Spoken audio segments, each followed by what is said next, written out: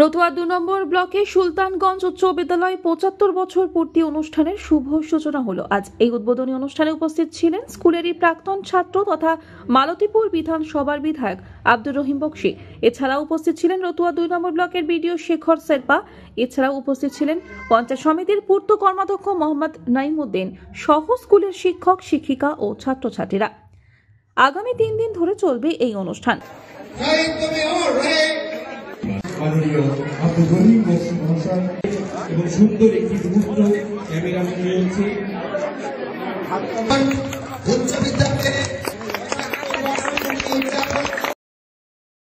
৭৫ বছর পূর্তির সূচনার ক্রমে একটি মশাল দৌড় প্রতিযোগিতার সূচনা করা হয়। মশাল হাতে প্রতিযোগিতার সূচনায় পা মেলান বিধায়ক। আমরা উপস্থিত হয়েছিলাম সুলতানগঞ্জ হাই স্কুলের ৭৫ বর্ষ পূর্তি উপলক্ষে উদ্বোধনী অনুষ্ঠান শুরু হল আর কি মশাল দৌড়ের মধ্য দিয়ে। ৩ দিন ধরে এই কর্মসূচি চলবে এখানে।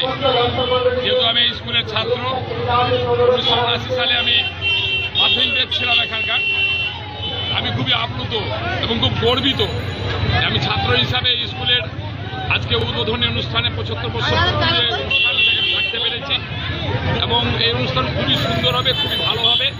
এখানকার যে পরিচালন সমিতি, শিক্ষক শিক্ষিকা মণ্ডলী, তাদের পূর্ণ সহযোগিতার মধ্য দিয়ে অনুষ্ঠান খুব ভালো হবে। আমাদের লোকাল বিডিও সাহেব এই ব্লকের পূর্ণ সহযোগিতা করছেন। ৩ দিন ব্যাপী যে অনুষ্ঠান চলবে তাতে সকলের সহযোগিতার বার্তা রাখেন বিধায়ক।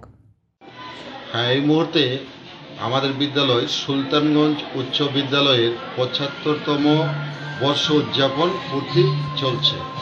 আজকে কি হলো? আজকে মশাল দৌড়ের মাধ্যমে অনুষ্ঠানের শুভারম্ভ হলো। কে উদ্বোধন করলেন?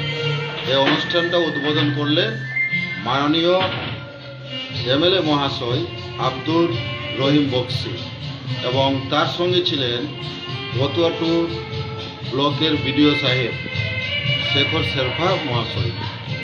মালদা থেকে দেবুসেনা রিপোর্ট, আনন্দ বার্তা।